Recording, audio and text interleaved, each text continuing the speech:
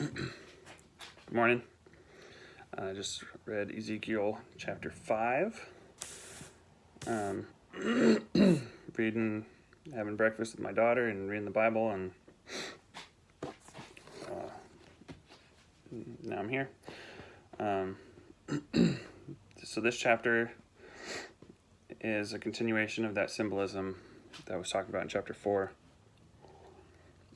God tells Ezekiel to give himself a haircut. Get a razor and shave your head, shave your beard. And for that culture, it was like outrageous to do that. Men had hair and beards. And he tells him to take the hair and weigh it, divide it into thirds by weight, and sprinkle 1/3 around the city that he had made, that clay city. And there's representing those people that are going to be left by pestilence, and 1/3 he's going to throw into the fire and burn, and that's the people that are going to be killed outright. And then the other 1/3 he's going to scatter into the wind and still like hit them with a knife, and those are the people he's actually going to scatter them away. It's a representation that nobody is going to have a good time. He's telling them, hey, bad things are about to happen to you.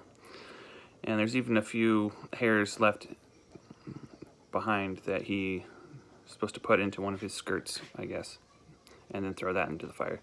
So even those people that are complacent and get left behind, even they eventually get thrown to the fire. What we're seeing here is God's picture of utter destruction of the nation of Israel. And he talks about the nations around Israel. And he says, those nations never walked in my way, and they're wrong. But you, at one time, did walk in my way, and then turned, and now you're more turned than these people who never walked in my way. Israel was worse because they had, at one time, been given the right instructions, which they were supposed to share with the world, be a shining light to everybody. And they just twisted it even darker than the pagans. Man, there's so much that is parallel to what's happening today. The U.S. would have been a great country if we hadn't continued to go down that path and include bad things, sinful things. Freedom of religion is one thing, but freedom to chase and post pornography, freedom to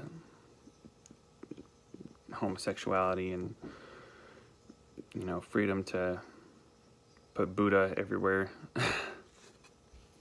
This nation is doing the same thing. We're worse than the other countries because we've got so many different ways of defiling the Lord. I just hope the Lord comes back before he destroys our nation. But we need to stand against that stuff.